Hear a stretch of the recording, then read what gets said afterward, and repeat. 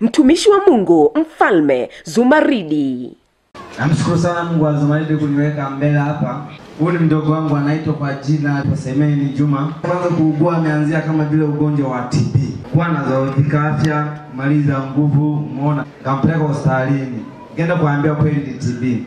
Lakini kwenye TB amepewa ndani ya miezi kama 6 dozi bila mafanikio yoyote yale. Na kadri anapotumia ile dawa ya TB na mwili ndio unapozidi kufanya kuzoofika, umeona, na kuishiwa nguvu. Imefikia stage akawa ni mtu mpaka wa kuishiwa nguvu, yani kuzoofika afya na kutokula chakula, umeona. Unapompa chakula na kikataa na kizila, inakuwa ni mtu wa uji. Nikaona kwamba nikaongea na mamangu mzazi, ikabidi tumeenda kwa mganga wa kienyeji. Tumeenda kwa mganga wa kienyeji hapo Kakola. Tumeenda kutibiwa pale Kakola Buganguru ndani ya miezi 6 tupo. Kilichokuwa kinatokea pale anapokuwa anakata kuku, umeona, na kwa anawaambia kwamba sijui tatizo gani anaweka chale kama kawaida, umeona, lakini bila mafanikio. Kwa baadaye yule mganga akaja akatupa dawa za kwenda kutumia pale nyumbani. Tuliporudi pale nyumbani, mafanikio tukuona mafanikio yote yale. Nikaamua kuhama pale nyumbani, umeona, nikajua kwamba labda masuala yapo pale kifamilia, umeona. Nikatoka kutokea pale Kakola, nikaenda Shinyanga. Umeona, nimeenda pale Shinyanga, nimeenda kufikia kwa mganga mmoja ambao kwa namsifu watu wengi sana kwamba ni kiboko. Nimefikia kwa yule mganga, kwa kweli nilikuwa na kuku zangu nyingi, tulikuwa kama mana kuku 7. Umeona, pale Shinyanga. Nikafika nikaziweka pale zile kuku, kila leo tunakuwa tunachukua kuku 2, anaangalia, anawaambia mtu wenu atapona. Tumekaa pale kwa yule mganga, nilikuwa mimi na huyo binti na mamangu mzazi hapa. Tumekaa ndani ya miezi 4, binti akazidiwa. Ikabidi yule mganga mtushauri kitu cha kwamba huyo binti sio wa kutibu wapi, kumko waganga wa kienyeji, mpelekeni hospitalini. Tukamwambia pale hospitalini, tumeenda kupima. Tumeambiwa kwamba ni kifua kikuu, lakini tumemaliza ile dozi bila mafanikio. Akatuambia nyinyi nendeni, mimi nimeangalia kwenye ramani zangu, nimeambiwa kwamba mtaenda kaponea wapi? Hospitalini. Tukarudi Kahama pale hospitalini. Tulipofika akapima, tukaambiwa bado ile TB ndio ambayo inamsumbua huyo binti. Nikasema labda zile dawa zilikuwa zingine, labda tuchukue tena wapi? Hapa Kahama hizi dawa za TB. Tukachukua zile dawa za TB, tukarudi nyumbani. Tukaenda pale nyumbani ndani ya siku 5. Hali ikawa yani hali si hali, umeona. Kiasi kwamba mpaka mtu mwenyewe ikaonekana kwa hata ile uji kaanza kuwa inamshinda, umeona. Nikajiongeza nikasema kwamba hapa kwa kuwa imeshindikana hospitalini, labda tuende wapi? Makanisani. Kwa kweli tulipoamua kwamba jukumu la kwenda makanisani kwa sipo mimi, nilikuwa nipo kazini. Kwa kweli mimi kazi yangu ilikuwa ni uchimbaji, nilimwacha pale nyumbani baada ya kuishiwa hela, umeona. Akaenda yeye mwenyewe na mamangu kwenye madhehebu mbalimbali, wanaenda kuombewa, na maliza wiki moja anampeleka mama bila mafanikio, hivyo taratibu. Kwa baadaye Mungu si asimani, mimi kweli nikapata nini? Nikapata mali kweli, umeona, nikabahatika nikapata hela. Nikaja nikambeba mimi kama mimi na dadangu alikuwepo yupo Nyarukusu, umeona, ameona na jamaa mmoja anaitwa Kanu. Nikampigia simu akaja, tukatokana tukaenda Bushombo. Tulipoenda pale Bushombo, tukamfikisha kwa mganga wa kienyeji. Ule mganga wa kienyeji tukamfikisha, kaniambia wewe hata kama urudi huyo ameshapona. Na kweli pale kwa yule mganga tulikuta yani watu wengi sana ambao wameshaponea pale, wanasema mimi nimepona, sijui nini yule mganga. Kwa kweli nikamwacha. Nimetulia ndani ya miezi kama 2. Wakanipigia simu wakaniambia, "Je, njoni tumbebe tumrudishe nyumbani. Huku ni mbali, ni gharama itatugharimu. Kuni wa kwenda kusubiria tukufanyeje kuzika." Umeona? Akasema ila kweli. Nikasafiri kutoka hapo, nilikuwa na usafiri wangu, nilikuwa na pikipiki yangu ambayo nilikuwa nimeshanunua. Nikasafiri mpaka Bushombo. Nilipoenda kumkuta ile hali, amelala ndani amefunikwa shuka, nikaanza kuuliza kwamba binti ndio yuko wapi? Na angaza mle ndani kwenye ile godoro chini. Je, yeye yuko wapi? Kumbe mtu ameshazoofika kiafya, ameshakuwa kadogo, yupo pale amefunikwa shuka. Umeona? Ikabidi kwenda kutoa ile shuka, nikakuta kweli ndo yeye. Kwa kweli sura ilikuwa sio ya kwake. Japo kwa ile miguu ilikuwa bado ni mizima. Umeona, ilikuwa haina malazi. Ikabidi kumbeba kumrudisha nyumbani. Umeona, kwa kweli baba na yeye kale kama alivyosema mzee Akuti, anakaa tabia kale kwa kwamba mpaka aonje ndo kaongee naye. Unapokuwa naongea naye mzee anakuambia, "Je, huyu sio mtu, huyu sio binadamu, mimi mleteni nyumbani." Umeona? tumeshatibisha vya kutosha, umeona. Mzee akamgalia akarudi na nyumbani, umeona. Baada ya nikiwa barabarani, kwa baadaye nikapita kwa ganga ka kienyeji barabarani, wakaniambiaje watu, hebu hapo mjaribu na hapa. Tukapita kwa yule mama pale Kushirombo pale. Tulipopita pale yule mama akasemeje, hili swala ni dogo sana, ambalo lishaponyesha wengi sana. Hebu mleteni hapa. Nenda nyumbani wewe ukaniletee kuku kadhaa, umeona. Wewe ukaleta na nini zile mchanga ya pale kwenu, ukaleta na ngozi alizokuwa anatumia zamani. Kwa hiyo nikachoma mafuta nikarudi mpaka Kola ya hapo Bulyanhulu. Nilipofika pale Kakola nikachukua kweli alivyoniagiza mganga, nikabeba na mamangu nikamwendana kama vile kwenda kumsaidia pale majukumu ya pale. Tulipoenda naye nikaenda kuacha nikarudi kazini. Nimekaa ninapomaliza siku 2 ile ya 3 na kisha naendako. Ya pili ya 3 na kisha naendako. Nilipofika kwa yule mganga kaniambiaje, kwa kweli kaka, kinachotakiwa ni kitu kimoja. Huyu binti, yule mganga alikuwa ni binti tu wa kike, umeona. Akasemaje bana kwamba huyu binti kwa kweli mmeshabadilishwa, hamna mtu, huyu ameshaenda. Umeona? Kinachotakiwa huyu, hebu mrudisheni nyumbani, hamna mtu, utamaliza mali yako tu bure. Na kweli nikijiangalia kwenye uchumi wa nyumbani, kwa na mbuzi wengi tu niliwauza wakaisha. Yaani nilichokuwa nimebakiza kabisa kuangalia kabisa pale nyumbani, nimebakiza kama vile tu pikipiki ambayo natumia kama usafiri. Ikaja wazo la kwamba mama nimrudishe wapi? Mrudishe nyumbani, nibaki mimi na kama mimi na huyo binti. Nikaendelea kutembea naye huyo binti. Nimetembea naye tukaenda hospitali moja hapo Kushirombo. Sijui inaitwa hospitali gani pale. Ilikuwa ni Bukombe. Umeona? Kuna daktari mmoja akaniambiaje, huyu binti anaweza akatibiwa huko hospitali na akapona. Kinachotakiwa nipe hela. Uende ukapange chumba, niwe nakuja kumtibu wapi? Pale. Kwa kweli na mimi nikakubali, kabla yule nesi nimempa ile hela. Akawa anakuja kumtibu lakini bila mafanikio yoyote. Ikafikia stage ikaonekana kwamba bana ile uje aanze kufenje kuchukua anatoka kwa kutumia nini mirija. Umeona? Nikasema sasa kama sasa mimi niko hapa, aanze kuwa anatumia kwa mirija wakati na nyumbani ni kule tu. Sina bora tu nichome na utu niende tu nyumbani kweli. Nikasafiri kweli nikarudi pale nyumbani. Nilipofika nyumbani nimekaribia kwenye kile kijiji chetu, kijiji jirani yani. Nikajiuliza kwamba haina budi ya kumfikisha nyumbani. Tena nikachekwe sana kwamba kumrudisha mtu bado yuko hai.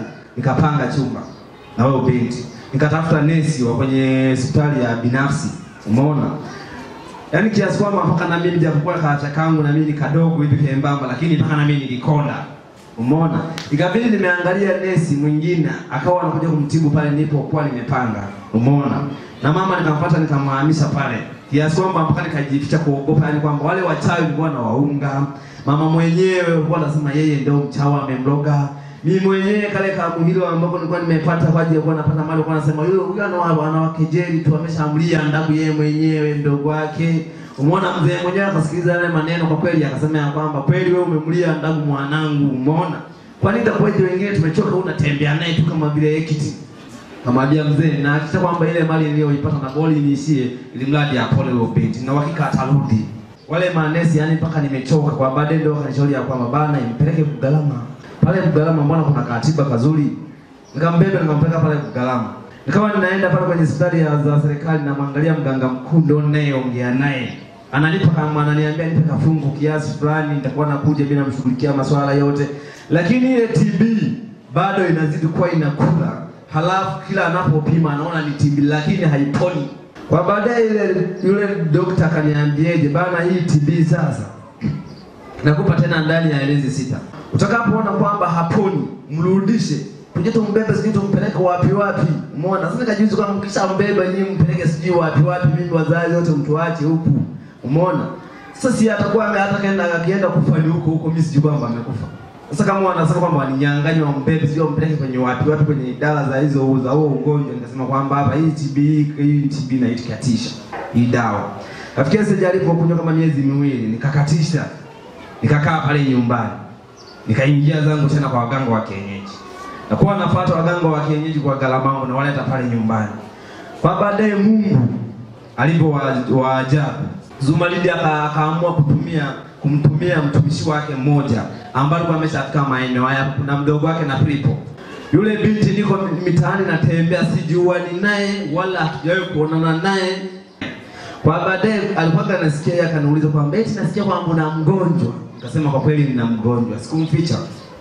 kuna mgonjwa wa tatizo gani? Kuna mgonjwa wa tatizo hili na hili. Nitakuja nje nimuone. Tukapotezana naye hivyo hivyo. Baadaye binti alikuwa ni mtu wa kulala ndani, umeona? Unapotaka kumtoa nje unambeba, yani unambeba tu kwa kumtembeza kwa sababu miguu ilikuwa ni mzima. Anakuwa anaenda tu anajivuta kidogo kidogo. Mara kidogo bana semeje bana miguu imefanyaje? Huu mguu umegoma. Umegoma? Kuongea anaongea kabisa. Ila sahani ile afya. Umeona? Sasa ule mguu kawa umepooza, ule mguu mmoja. Sasa baada ya kupooza ule mguu mmoja akawa anabeba ile gongo sasa analiweka hapa. Na wewe upande mmoja unamshikilia, unaanza kutembea naye. Kidogo hivyo. Mara mwingine na wenyewe umeanza kuwa unavimba. Ule kuvimba na ule mwingine uliokuwa umepoza na wenyewe kaanza kuvimba. Ikawa inawaka moto sasa masaa yote, kuwaka moto miguu yote ikawa inawaka moto. Sasa mama akawa alikuwa karibu naye. Akawa anatembea na Dasani ameitoboa matundu. Umeona? Anapoenda kununua maji ya baridi. Anapoyanunua, anaenda anamwagilizia kila masaa.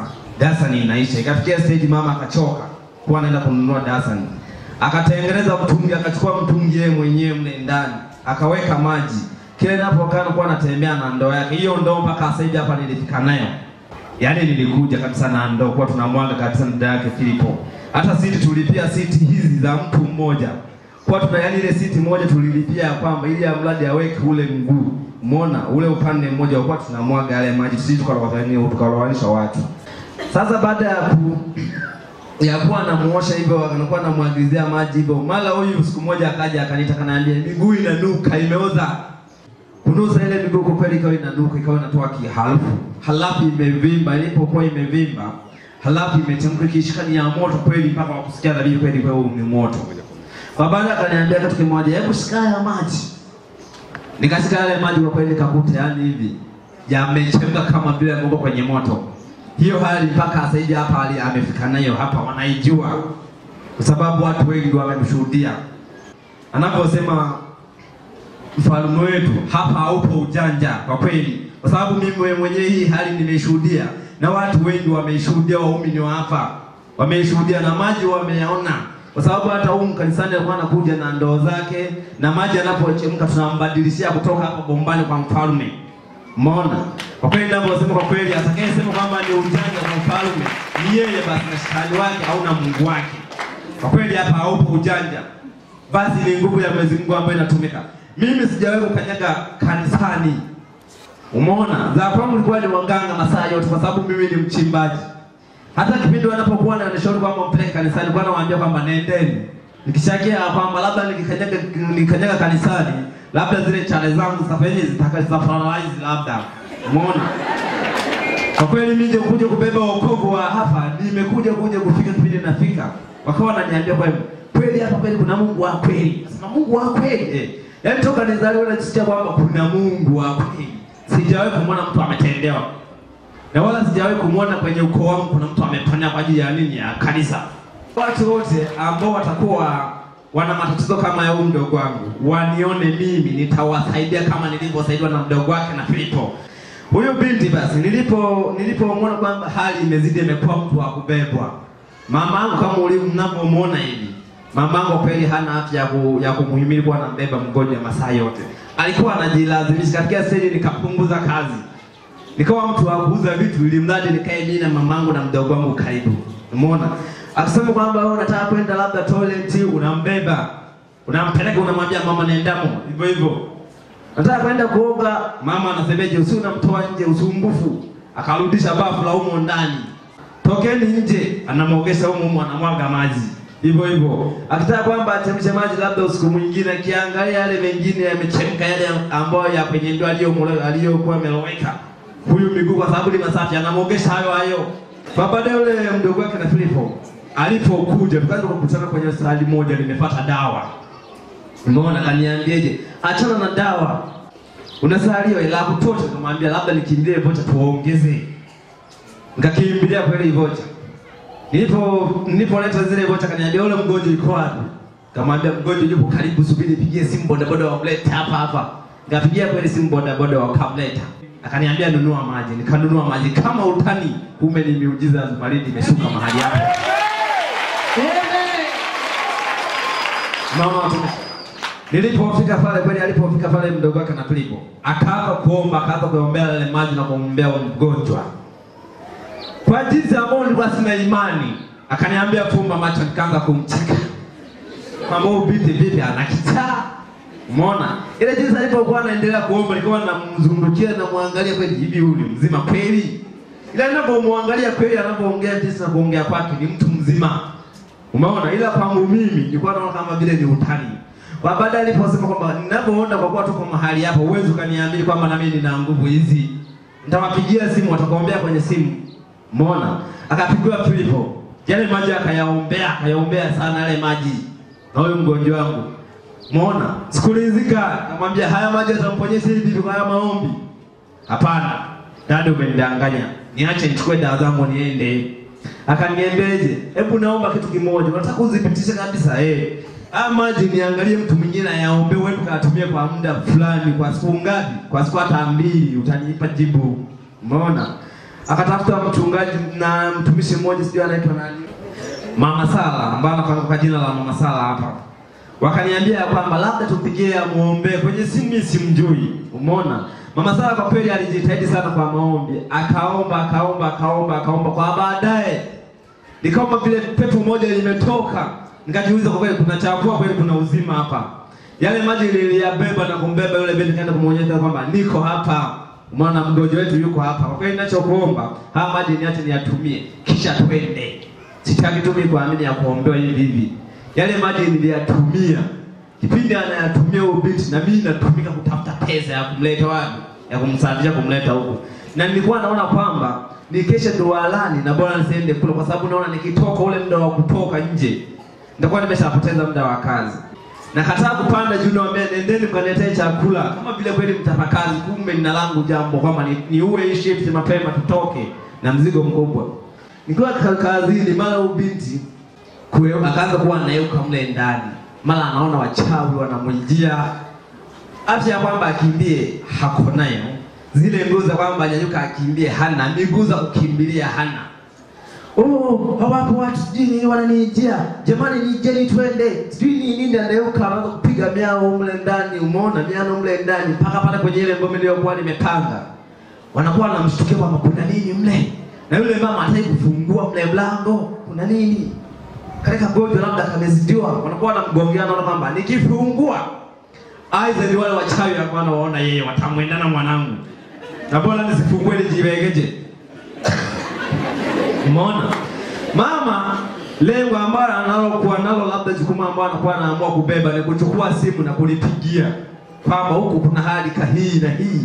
Na wapigia simu niletee pikipiki hapa na kimbia mpaka nyumbani. Na kweli nakuta ubinti ile hali anayo.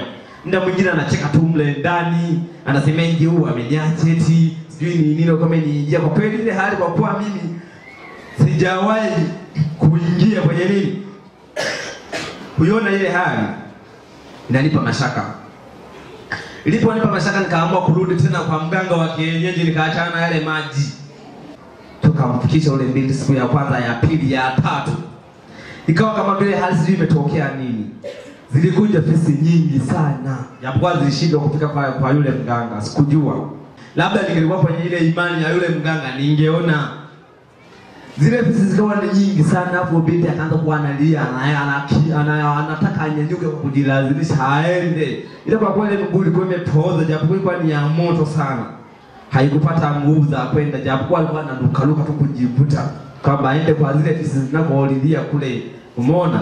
Yule mganga alichokiamua, akapalangana, akatengeneza mandunguli yake ili afukuze zile fisi, hamna bila mafanikio. Kesho yake ulipokucha ile hali, nikaona kwamba sio ya kawaida. Nikasema kwamba sasa kama fisi zinakuja kwa mganga na mganga anashindwa kuzifukuza, kuna hali gani kweli? Japokuwa mganga tunamwamini kweli. Umeona? Ikabidi kweli huyu binti nimemfuata. Umeona? Na mama nikaenda kuwarudisha pale nyumbani. Nilipowarudisha pale nyumbani, ile hali ya wewe yani ya kuwa anayeuka ikazidi kuchechamaa. Umeona? Nikamchukua mzee babangu na mimi tukaenda kwa Mekrida mdogo wake na Filipo nyumbani kwao.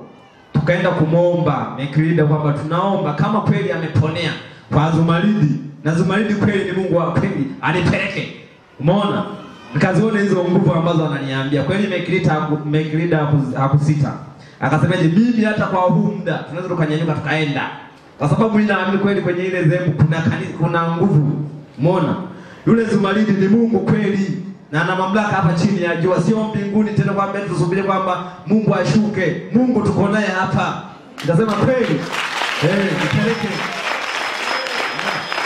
Niliposema kama nipeleke, tulimbeba kweli binti jioni sana, tulifika hapa usiku. Umeona?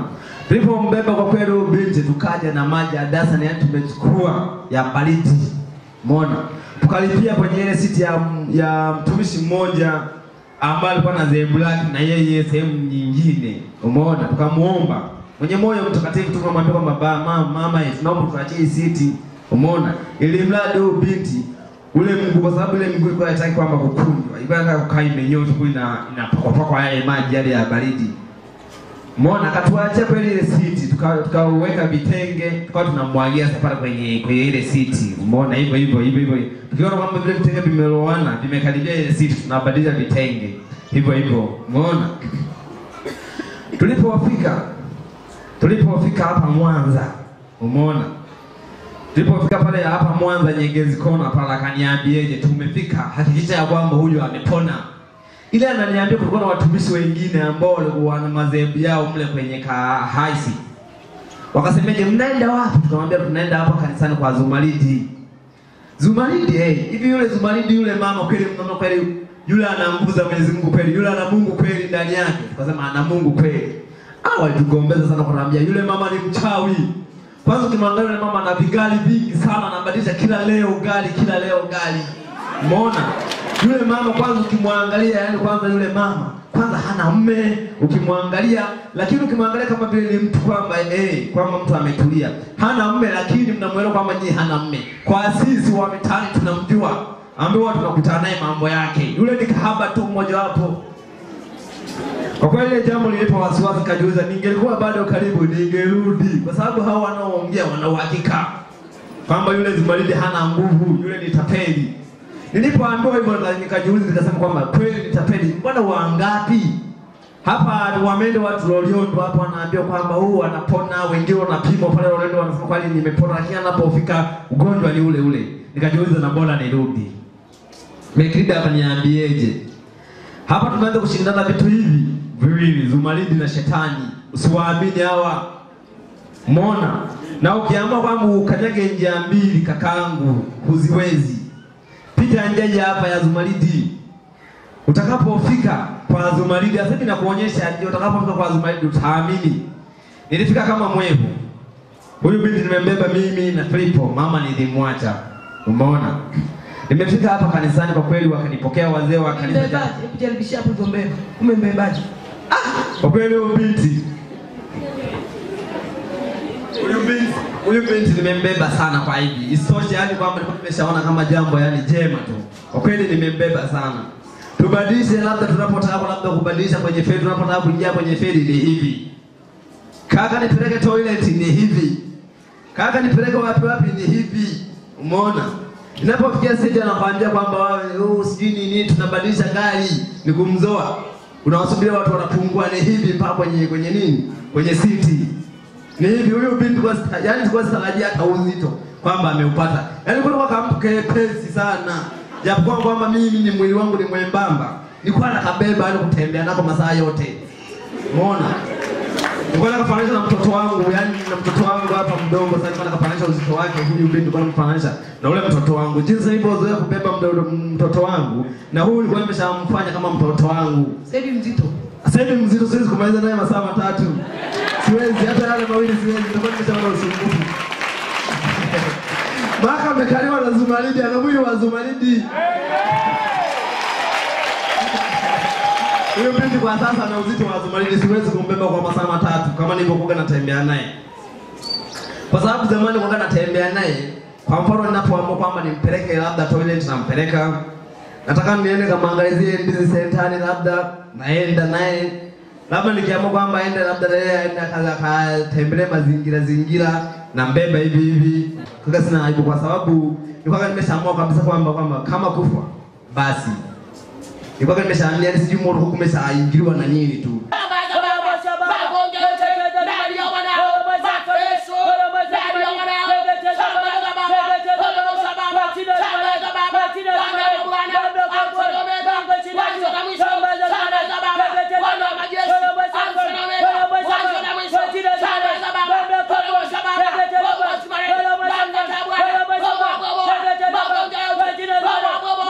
Isoshe ubintu ukimwangalia Talibu sasa hivi. Ukimwangalia Talibu hivi, kwa kweli wenye umri wa miaka 17 hawako hivi. Kwa kweli angelikuwa ni mtu mkubwa. Wale watu ambao amezaliwa nao mwaka mmoja, sasa hivi wana watoto wao.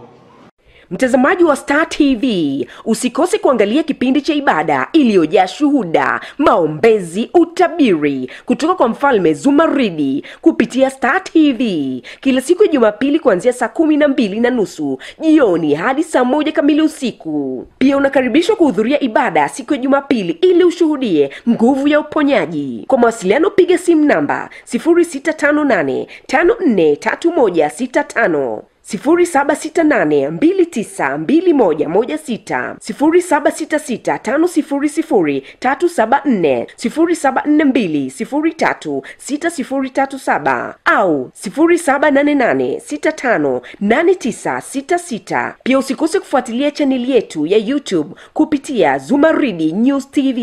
Hifadhi vizuri na tukaanza huduma kwa kununua maji na sabuni na mafuta.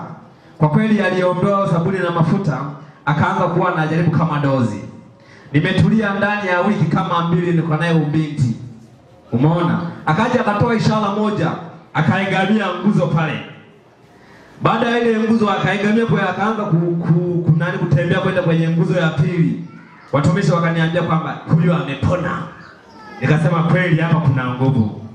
Umeona? Kwa kweli tulifikia kwenye kipindi, tulifikia kwenye wiki mfalme wetu alikuwa ameenda mlimani. Tulikaa wiki nzima tukiwa na tiba za wazee wa kanisa. Lakini alipofika mfalme wetu ndani ya wiki ya pili, akaja akamwombea huyo binti. Baada ya kuombea huyo binti, nikachukua kipimo cha kwenda kumpima pale Butimba. Tulienda kumpima, nikaambia kwamba imani unaingia dawa kama umeingia dawa. Sio nilikuwa na ile faili ambayo nilitoka nalo kule, kwamba naenda pale kwenda kufuata nini dawa na kwenda kupimwa. Nikafika nikawapa ile karatasi, wakanipa dawa, wakaniandikia, wakaniambieje, tunaomba tukupime kwa awamu nyingine. Umeona? Akatoa makozi hapo, alipotoa makozi wakaenda kupima. Kesho yake nikarudi wakaniambieje, wewe jana ulichukua dawa? Nikasema sasa ulichukua dawa mtu mzima huyu. Huyu ni mzima huyu, atapona huyu. Piga makofi mbele za mfalme. Zile dawa nilichokifanya, ile karatasi ile ya dozi yake waliizuia. Wakasema kwamba japo kuwa hajamaliza miezi za tiba yake, huyu hana tibia hata kidogo. Na hili faili kwanza leo liache hapa, naomba dawa, kama unaenda kutupa nenda katupe. Kama unaenda kujamalizia basi aenda kamalizie huko. Nilichokifanya ni kurudi kwa mfalme, nikaja nikaonana na wazee wa kanisa, nikawaeleza maneno na mfalme. Nikaamua nimeacha kwamba hapa TB nimeponyesha. Nikaanza kulichakanua la kwamba imana kufuata dawa bila kuzitumia akapona mtu, au haya maombi hapa ndio yameponyesha TB. Jibu basi nikaja ni kwamba ni Zumaridi ametoa TB bila wasiwasi. Amen. Na kuamini ya kwamba Zumaridi ana nguvu ya kweli, ana uungu ndani yake. Sikufungiwa dawa ya kwamba na Zumaridi nenda ukachome.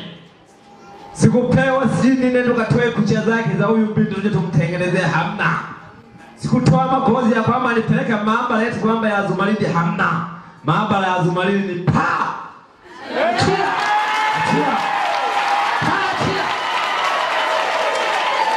Achia ndio iliyomponyesha huyu binti TB. Zumaridi ni Mungu wa kweli. Amen. Na Mungu hawezi kukuta hapo ulipokaa kwamba eti mimi nimekuja ndio Mungu. Hapana. Mungu anamtumia binadamu kama ulivyo wewe. Na Mungu ameamua kumtumia Zumaridi. Hii miguu ambayo ilikuwa inawaka moto. Ametulia baada ya siku hiyo binti. Akawa anaisikia miguu inakuwa inanyanyuka yenyewe. Anakuambia tena tuwalala miguu inanyanyuka. Unamwambia inanyanyukeje? Inakuwa tu inanyanyuka vile vidole vinanyanyuka.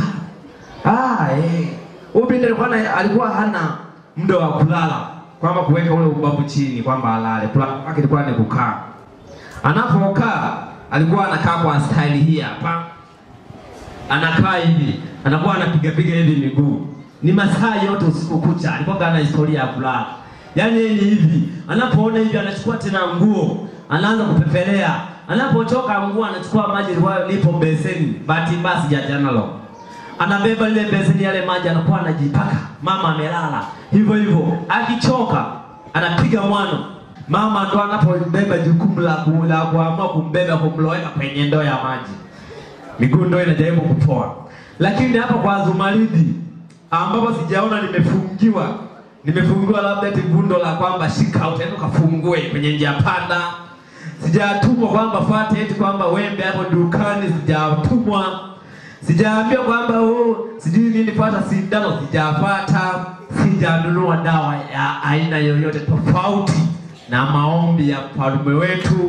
Mtazamaji wa Star TV, usikose kuangalia kipindi cha ibada iliyojaa shuhuda, maombezi, utabiri kutoka kwa Mfalme Zumaridi kupitia Star TV kila siku ya Jumapili kuanzia saa 12:30 jioni hadi saa 1 kamili usiku. Pia unakaribishwa kuhudhuria ibada siku ya Jumapili ili ushuhudie nguvu ya uponyaji. Kwa mawasiliano piga simu namba 0658 543165, 0768292116, 0766500374, 0742036037 au 0788658966. Pia usikose kufuatilia chaneli yetu ya YouTube kupitia Zumaridi News TV.